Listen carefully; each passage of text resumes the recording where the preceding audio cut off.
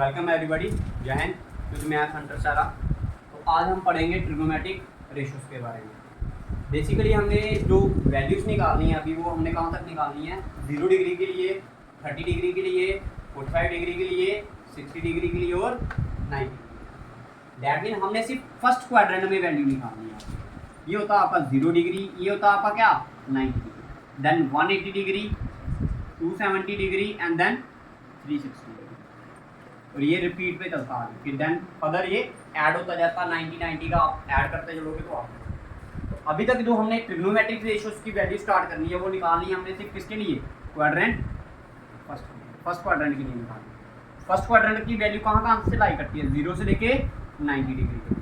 तो that mean हमने इस क्वाड्रेंट की वैल्यू निकालनी है, ठीक है। तो ये हम सिर्फ मैं आपको ट्रिक भी बताऊंगा इसको याद करने के लिए, बट फिलहाल आप ये बनाते कैसे हैं, ठीक है, ये बताया जाएगा। तो स्टार्ट करते हैं। देखो हमने निकालनी है value 0 degree, 30 degree, 60 degree, 45 degree, 60 degree and then 90।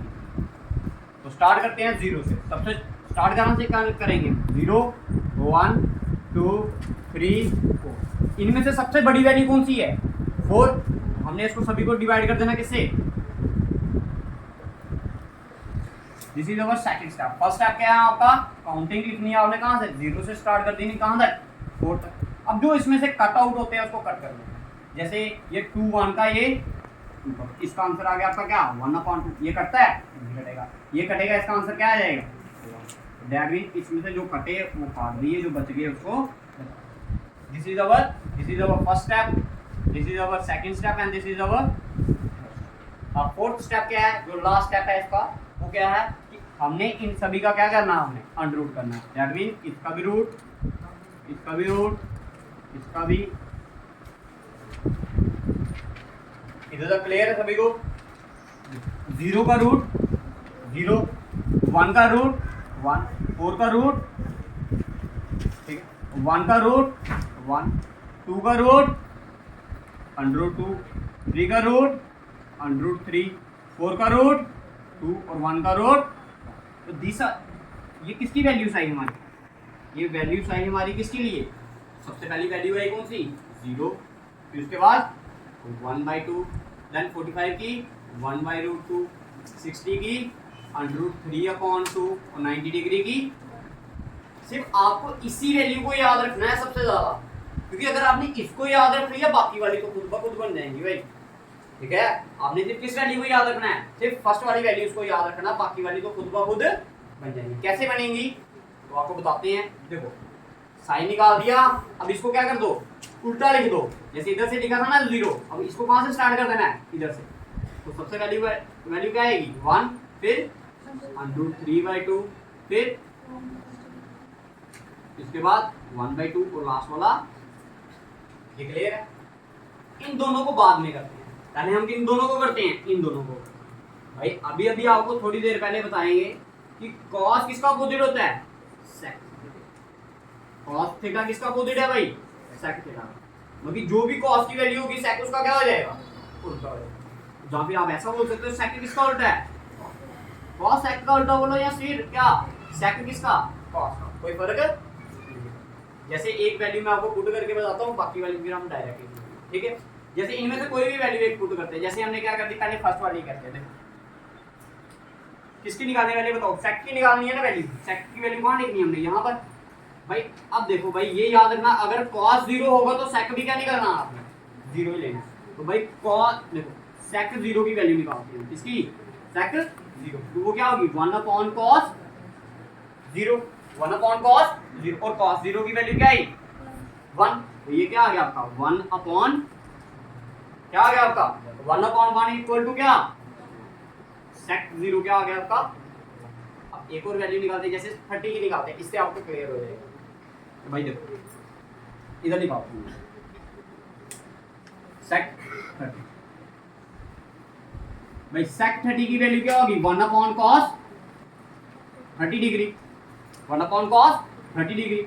ये आ गया 1 cos 30, cos 30 कितना निकाला आपने, cos 30 इक्वल टू √3/, तो ये आ गया √3/, अरे ये तो 3 बटे में चलेगी टर्म, मगर जो नीचे होगा वो कहाँ चले जाएगा, ऊपर वाला नीचे। तो इसका आंसर आएगा क्या, 2/√।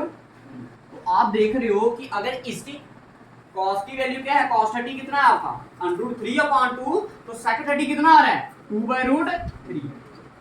यानी इसका क्या किया गया है, रेसिप्रोकल किया गया। अब देखो इसका रेसिप्रोकल क्या होगा, √2/, इसका अपोजिट क्या होगा 2/1, और लास्ट वाले का 0 नहीं होगा भाई। देखो ध्यान से, इसके नीचे कुछ है नहीं है तो क्या होगा 1। अब आपने इसका भी तो रेसिप्रोकल करना है भाई। cos 90 होता है आपका 0/1, तो सेक क्या होगा आपका 1/0। क्या होगा सेक 1/0। और भाई जब भी डिनोमिनेटर के नीचे 0 आता तो वो क्या हो जाता है, नॉट डिफाइंड। क्या हो जाता है, नॉट डिफाइंड। दैट मीन जो आपका सेक 90 होगा वो क्या होगा आपका नॉट। क्लियर है भाई सभी को, इधर तक क्लियर है। अब करते हैं किसके बारे में, कोसेक। कोसेक किसका अपोजिट होता है भाई, देखो जैसे हमने कॉस का निकाला उसी तरह क्या होता है कोसेक। कैसे निकालेंगे हम भाई, जो कोसेक थीटा होता है वो किसका अपोजिट होता है, साइन का। दैट मीन अब हमें किसका अपोजिट करना है, रेसिप्रोकल किसका करना है, साइन का। मतलब हमारा जो कोसेक 0 होगा वो क्या होगा, साइन 0 का रेसिप्रोकल। अब बताइए साइन 0 क्या है आपका 0। दैट मीन अगर 0 है तो इसके डिनोमिनेटर में क्या है, कुछ नहीं है तो क्या होगा 1। अब 1/0 करेंगे तो क्या बन जाएगा, नॉट डिफाइंड। भाई देखो ना, साइन 0 है आपका कितना 0, साइन 0 कितना आया 0, 0 के नीचे कुछ नहीं तो 0 के नीचे 1। जब हमने इसका कोसेक क्या निकाला, कोसेक 0, तो ये क्या हो जाएगा इसका रेसिप्रोकल। रेसिप्रोकल किया तो मतलब ये 1 ऊपर चला जाएगा और 0 नीचे आ जाएगा, तो ये आ गया 1/0। और 1/0 क्या होता है आपका नॉट डिफाइंड। क्या होता है नॉट डिफाइंड। तो इधर क्या आ गया कोसेक 90, कोसेक 0 क्या आ गया आपका नॉट। अब इधर कोसेक 30 डिग्री, तो साइन 30 कितना होता है 1/, तो कोसेक क्या हो जाएगा 2/1। 2/1 क्या होता है, इधर से 1/√2, तो इधर क्या आ जाएगा। इसी तरह sec 60 मतलब कि ये क्या होगा 2/, इसका भी रेसिप्रोकल भाई √3/2 का रेसिप्रोकल करेंगे तो क्या आएगा 2/√3 आएगा। अब देखो sin 90, 1 के नीचे कुछ नहीं है तो 1 के नीचे क्या होगा 1 होगा, तो 1/1 का रेसिप्रोकल करेंगे तो क्या आएगा 1/1। फिर से वो आंसर क्या आ गया। अभी तक हमने क्या निकाल दिए, चार ट्रिग्नोमेट्रिक फंक्शंस की वैल्यू निकाल दी, साइन कॉस कोसेक और सेक। अब हम करते हैं एक और tan और cot। भाई आपको ये पता होना चाहिए कि जो tan और cot होते हैं वो दोनों आपस एक दूसरे का क्या होते हैं, रेसिप्रोकल। देखो अब tan का एक फार्मूला आपको बताया जाता है। tan का फार्मूला होता है tan theta is equals to क्या, sin theta upon cos। This is the formula for किसके लिए, tan। ठीक है। अब भाई आपने किसकी वैल्यू निकालनी है, tan 0 की। अगर आपने tan 0 की वैल्यू निकालनी है तो इधर भी sin थीटा की जगह क्या करोगे आप, थीटा की जगह 0, sin 0 अपॉन cos 0। sin 0 की वैल्यू क्या थी भाई 0 और cos 0 की 1, तो 0/1 इक्वल टू, अरे कैसे नॉट डिफाइंड भाई, नीचे डिनोमिनेटर में 0 कोई ना है, 0 में इसकी जगह पर क्या है 1 है, तो ये इसकी वैल्यू क्या आ गई आपकी 0/1 इज इक्वल्स टू। अब बातें किसके बारे में, 30 के बारे में। तो देखो 30 कैसे करेंगे, ये आ गया 1/, ये आ गया आपका sin 30, ये 1/2 किसकी वैल्यू है sin 30 की। इसी तरह आपने किसकी निकाली cos 30। cos 30 कितना होगा √3/2। जब इसका ये 4 बटे में टर्म आ गई, ये जब ऊपर जाएगा तो क्या करेगा, नीचे वाली टर्म ऊपर, ऊपर वाली टर्म नीचे, ये 2 और 2 कट गया, आंसर आ गया 1/√। sin 30 कितना, tan 30 कितना आ गया 1/√। उसके बाद कहते हैं tan 45। tan 45 देखो कैसे होगा भाई, इधर से देखो sin 45 कितना है आपका 1/√। उसी तरह cos 45 भी कितना है 1/√। ये दोनों आपस में क्या करेंगे, कट गए, तो आंसर कितना आ गया 1। अब आते हैं 60 पे। 60 पे देखो कैसे आएगा, √3/2 डिवाइडेड बाय 1/2। तो भाई ये आएगा आपका √3/2, ये आपका डिनोमिनेटर में है, डिनोमिनेटर में है तो कहाँ जाएगा ये न्यूमिनेटर में, न्यूमिनेटर वाला डिनोमिनेटर में, ये 2 और 2 कैंसिल, आंसर क्या आ गया आपका √3। तो दैट मीन आपका जो tan 60 की वैल्यू है वो क्या आएगी आपकी। अब समझने वाली बात कहाँ पर आई, 90 पे आई, क्योंकि भाई tan थीटा का फार्मूला होता है sin theta upon cos theta. अब हमने निकालना है tan 90 डिग्री। क्या निकालना है tan 90। तो फार्मूला होगा sin 90 degree upon cos 90 degree. भाई sin 90 कितना होता है, कितना निकाला आपने 1, तो ये आ गया आपका 1। और cos 90 कितना है 0, तो 1/0 is equals to non defined. Clear है, क्लियर है भाई सभी को। ये अभी तक आपने किसकी निकाली साइन की, और साइन किसका अपोजिट होता है, जैसे ये cos sec का अपोजिट था साइन को sec का था, उसी तरह जो tan होगा वो किसका होगा cot का, और cot किसका होगा tan का। तो अभी हम निकालेंगे किसकी वैल्यू।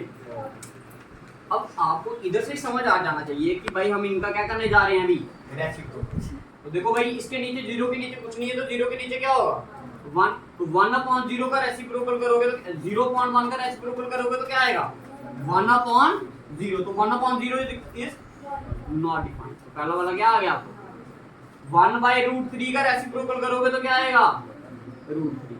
ये इसके नीचे 1 है, 1 के नीचे कुछ नहीं होगा तो क्या होगा 1 होगा। 1/1 का रेसिप्रोकल 1। इसके बाद √3 है, इसके नीचे कुछ नहीं, इसके नीचे 1, तो इसका आंसर क्या आएगा 1/√।